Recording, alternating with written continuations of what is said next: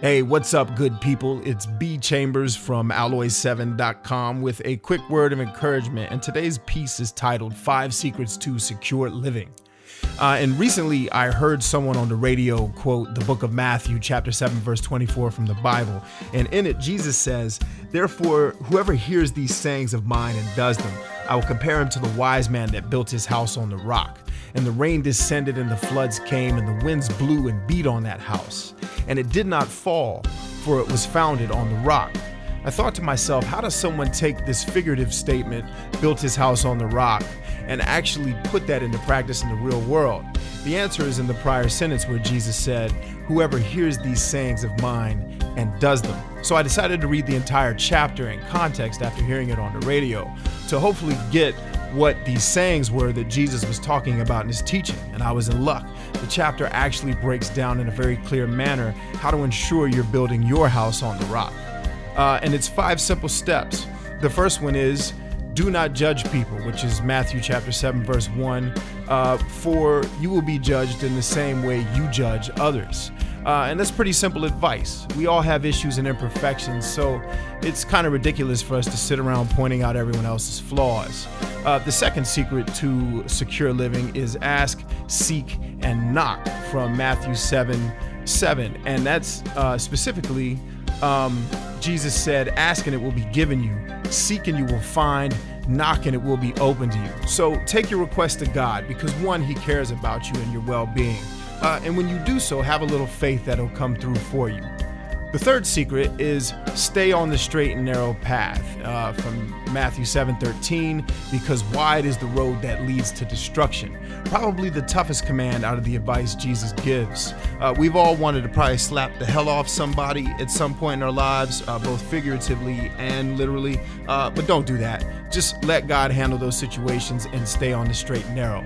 Number 4, do judge people's results, specifically from Matthew 7 verse 15.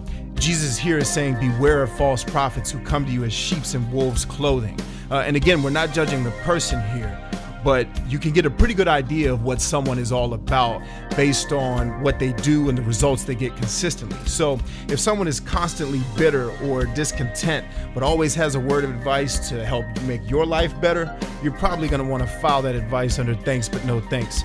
And lastly, with number 5, get to know God personally. And the purpose here is simple. The better you know a person, in this case God, the better you understand how he's going to operate and why he does the things he does and the things he will do. And the better you understand his expectations and can communicate with him, the better you can communicate your own expectations and your desires with him. And this is no different than being in a relationship with someone else. These are the things you have to do to build intimacy with a person. It's no different with God. And we do this practically by reading scripture, spending time in conversation with God or through prayer, and hanging with other people who share our faith. And these are the sayings that Jesus was telling his friends to do in order to build their house on the rock. Now, I believe Jesus was talking figuratively about a spiritual security and prosperity. The part where the house stood in the midst of the storm. However, I also believe that squaring ourselves away spiritually has very strong connections to how we're living physically and even financially.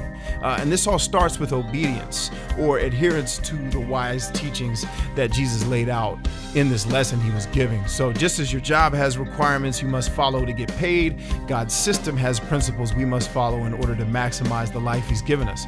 So by all means, continue to learn, continue to build yourself in the natural, but also don't neglect to build yourself in the spiritual.